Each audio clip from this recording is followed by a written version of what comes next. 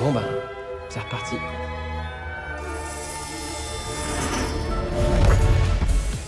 Salut à tous, bienvenue dans Story Movies. Au sommaire de nos envies de cinéma, Jamel Debbouze et Kev Adams font le show, mais pas que. Il paraît que Mastroianni regardait aucun de ses films. Ah ouais? Ouais. Non plus, j'ai jamais vu aucun de ces films. Blake Lively et Anna Kendrick se lâchent aussi. We just had to beat out every bitch in Hollywood. Et la réalisatrice kenyane Wanuri Kayu affronte la censure. You stay away from my family.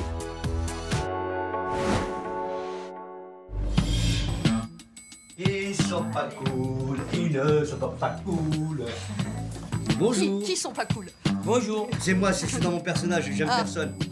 Je suis méchant. Pourquoi? Je sais pas. Jamel Debbouze et Kev Adams ensemble en promo, c'est forcément un spectacle en soi. Ça m'énerve. À l'écran, même combat, dans Alad 2, les vannes fusent entre eux à la vitesse d'un tapis volant. Moi, Shahzaman, je suis venu en 1 prendre Bagdad, en 2 s'épouser ta femme. T'as moins de 3 minutes pour dégager de mon palais, Shakira. Waka waka, eh. Il y en a un d'entre vous que j'aime pas beaucoup. Je dirais pas qui. C'est physique. C'est what? Alors le show, c'est bien beau, mais pour une fois, pourquoi ne pas parler aussi de cinéma? Allez. C'est quand que vous avez pleuré pour la dernière fois devant un film? J'étais touché par le dernier film de Cécilia Rouault. Photo de famille? Ouais, photo de famille, j'ai vu Bakri. Ça m'a touché, j'étais touché par ce film. Et moi, c'était pas devant une photo de famille, c'était il y a bien 5-6 ans, devant le film Ray, où qui raconte la vie de Ray Charles, avec Jamie Foxx. J'ai jamais pleuré comme ça devant un film. Ah ouais? Ah non, à la Ah, fin. moi, alors si, moi ça m'a fait un À la truc fin, comme ça. j'étais en. Ah ouais? T'avais quel âge? Je sais pas, c'était il y a c'est une 6, question d'âge. 7 ans, je dois avoir 20 ans, tu vois. Vous voyez que vous êtes insensible. Bah oui. Ouais, mais Ou j'ai- La vie est belle. La vie est belle, j'ai lâché ma petite larme aussi. Le Capra ou le Benigni? Le Benigni. Ouais, le Benigni. Bon, avec Aladdin, autant dire qu'on pleure plutôt de rire. Ah bah oui, c'est le but. Moi, j'avais envie de vous parler de votre travail d'acteur à tous les deux. Quand on est que sur un film comme ça, à quel point c'est du show, à quel point c'est de l'impro, et à quel point c'est vraiment du travail d'acteur.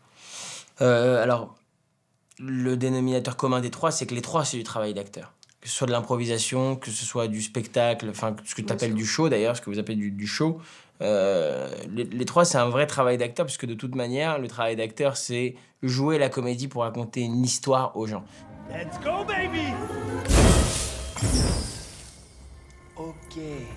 Oui, alors, c'est un petit... Il y a des gens à qui on ne demande jamais d'improviser. Francis Weber, par exemple, tous ses textes sont extrêmement cordeau, ouais. précis. Et d'ailleurs, c'est extrêmement précis. Ça m'avait effrayé, ça, parce que je me disais comment on peut faire pour être extrêmement précis. Quel acteur joue 2 fois exactement la même scène? Je crois que De Niro, il est capable de faire ça. Tu vois. Ah ouais? J'ai entendu un truc comme ça, je suis pas sûr. Moi, je trouve que je manque de spontanéité ou de vérité quand je fabrique, quand je vais chercher la même chose. Et pour pouvoir improviser totalement, il faut que la situation soit extrêmement bien écrite, qu'on sache concrètement ce qu'on a à faire. Et là, on peut s'amuser à apporter quelque chose de nouveau.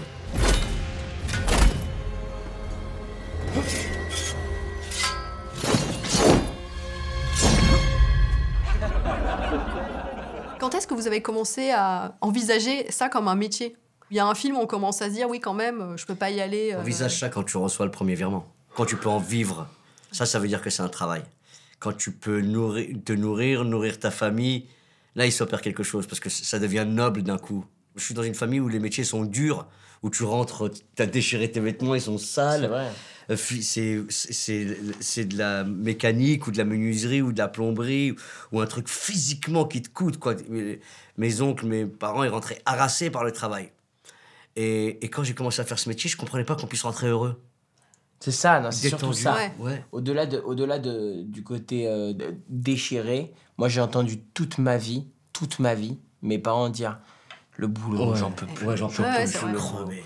Le boulot, ça me saoule. Ah ouais. Et Je suis ça, fatigué. ça c'est là. Vivement les Ça, vacances. c'est une chance Et incroyable. ça, voilà. Moi, le kiff, c'est qu'on a, par contre, ça, c'est vrai, c'est le kiff d'aller au boulot, quoi. Alors, il y a beaucoup de comédiens qui, au début, parlent du syndrome de l'imposteur. Ça va de gens comme, je sais pas, Romain Duris, Jean Dujardin. Quand est-ce qu'on commence à se dire Non, qu'on eux, c'est est pas pareil, parce que c'est vrai. Mais non, évidemment, Non, c'est mais une voilà, vanne. est-ce qu'un jour, un film, on se dit, ben là, quand même... Bah, d'abord, quand j'ai regardé Astérix la première fois, je me suis excusé auprès d'Alain Chabat de lui avoir niqué son film. Je te jure, vous le demanderez, parce que je me suis dit, ils vont pas comprendre quand je vais dire astérisque. Ils vont pas, enfin, est-ce que la vanne va passer? Enfin, tu vois, je me pose trop de questions. On est les plus mal lotis. Il paraît que Mastroianni regardait aucun de ses films. Ah ouais? Ouais, aucun. Et je comprends, parce que se voir en grand écran comme ça... Nous, on voit que les défauts, on verra jamais les qualités de ce qu'on file. Ah, il n'y a pas une fois où vous dites que là, quand même, j'ai fait du... Quand les gens rient, Ouais. quand il y a Je un... comprends, moi, Mastroianni. Moi non plus, j'ai jamais vu aucun de ses films.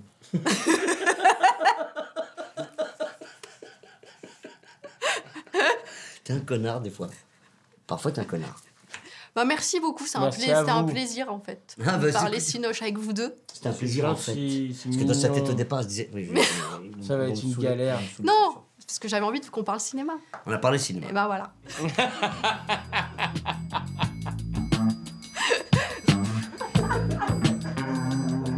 Ouais, salut, merci.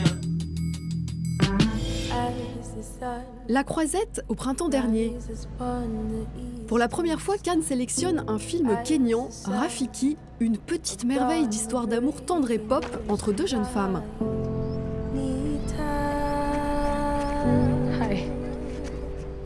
Pourtant, le festival va devenir avant tout une tribune pour la réalisatrice Wanuri Kayu. Quelques semaines plus tôt, celle-ci a subi les foudres de la censure. Rafiki est interdit pour, je cite, « promotion du lesbianisme » dans un pays pourtant ouvert à des œuvres parfois bien moins pudiques.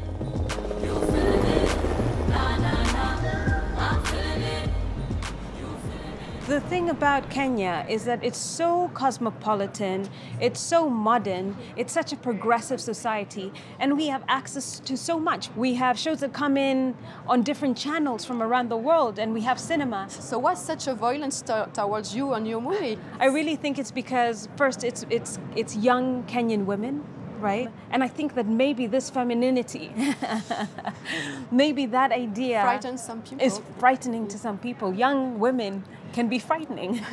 And can a young, talented female filmmaker can be frightening? I guess, Also? I guess, because the response that we're receiving from the Kenya Film Classification Board, including threats of arrest, I feel are ways to try and intimidate me. And you can only intimidate somebody that you frighten. But I mean, I'm not an intimidating No, you don't look person. dangerous, No, yeah. I'm not at all dangerous. Unadhani mababa zao wanajua? I'm trying to get out of here.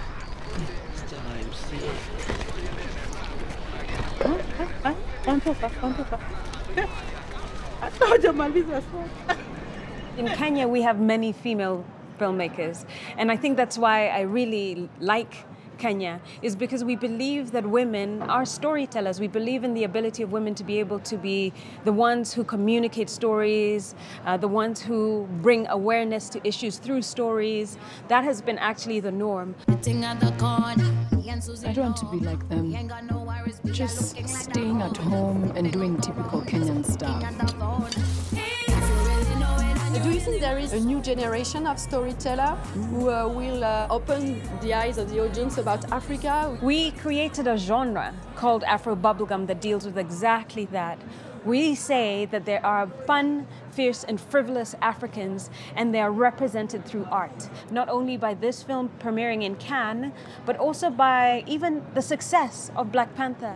As the sun rises upon the eastern sky, as the sound of dawn, a breaking, bursting light, Nita.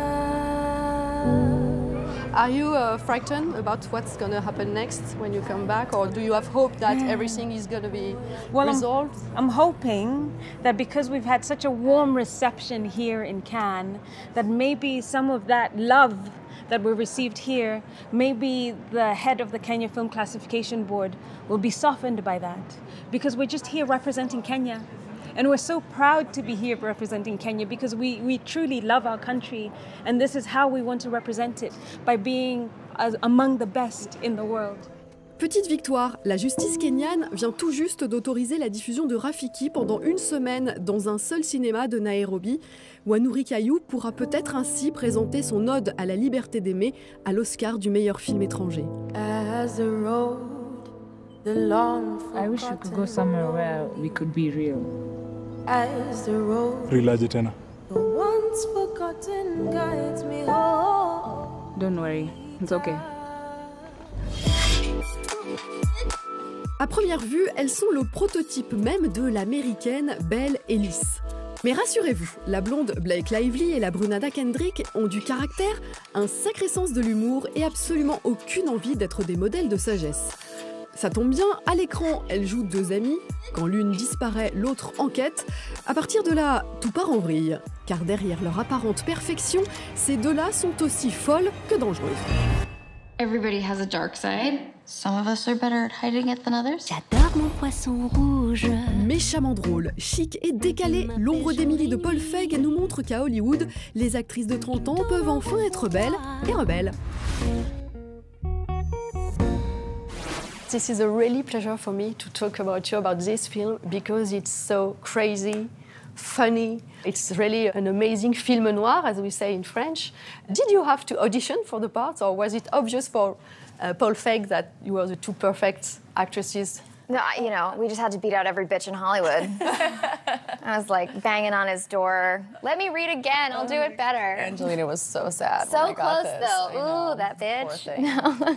I think that that's what's cool about this movie is that often I've done a movie and everybody's so concerned with how to make the woman likable, and you know she can't say anything because you may not like her.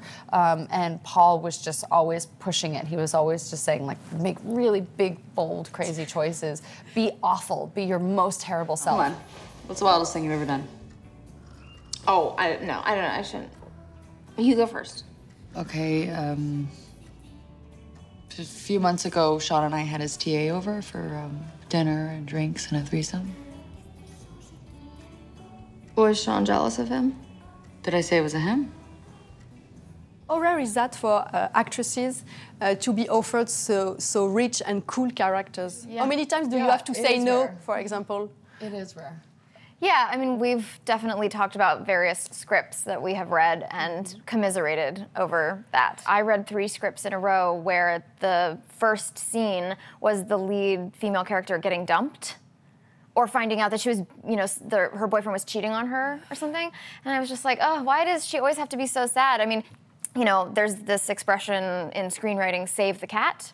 Like, you know, the character has to do something nice so we know, oh, I like them. Oh, they're nice. Yeah. And I feel like, well, so the woman can do something good. She doesn't have to be like sad and dumped. Yeah. Did you have to fight to avoid the typecasting, for example, after Gossip Girl or after a franchise like Twilight or Pitch Perfect? Well, I actually had a running thing in my life for a while where I did this movie called The Town, and I played a character that was just so different than myself, and I thought, oh, this is great. If I can get this movie, then I can, you know, I'll have the opportunity to do any type of movie because people see, like, if she's like this and she can play this and she can do anything. That was my idea. And then I was only, you know, given the opportunity to play prostitutes after that. No, really, like literally, it was the dumb thing. It was like every single character. And then I remember I actually got a call one day saying, okay, listen, this is, it's a character. It's a western. It's a Wild Wild West, and she's a woman who works in a saloon. And I was like, so she's a prostitute. He goes, yeah, but she's a Wild Wild West prostitute. I was like, no. This is just this absurd. Except Paul Feig, who are the directors that help you to explore other type of characters? The movie that I did with Blake's wonderful husband Ryan, with Marjane Satrapi, she inspires me so much. I am terrible at emailing my agents back about anything. They send me emails and I'm like, oh, I'll read that later. But he sent me an email about her and I wrote back right away, kind of famously. So he was like, oh, I just need to put like Marjane in the subject and you'll actually answer my emails.